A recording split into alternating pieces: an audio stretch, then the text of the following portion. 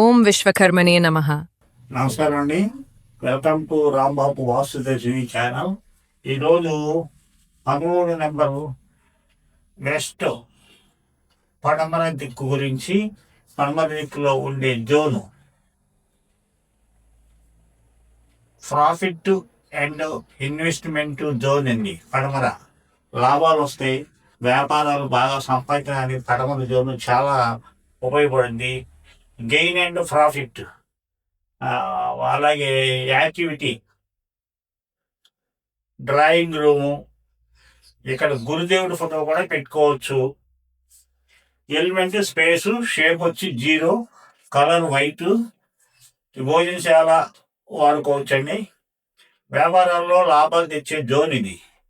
ఒకవేళ దోషాలు ఉంటే కనుక మనకి వ్యాపారాల నష్టాలు, పెట్టుబడులు లేకపోవడం, ఇన్వెస్ట్మెంట్ మిగలకపోవడం అనే ఇబ్బందులు వస్తాయండి. ప్రాఫిట్లు ఉండవు, లాభాలు ఉండవు. అలాగే నెక్స్ట్ వచ్చి వెస్ట్ నార్త్ వెస్ట్ పడమర వాయువు. ఇది డిప్రెషన్ చూడండి, అంటే వేస్ట్, లో మోషన్ అంటే స్లోగా ఆలోచించగలం.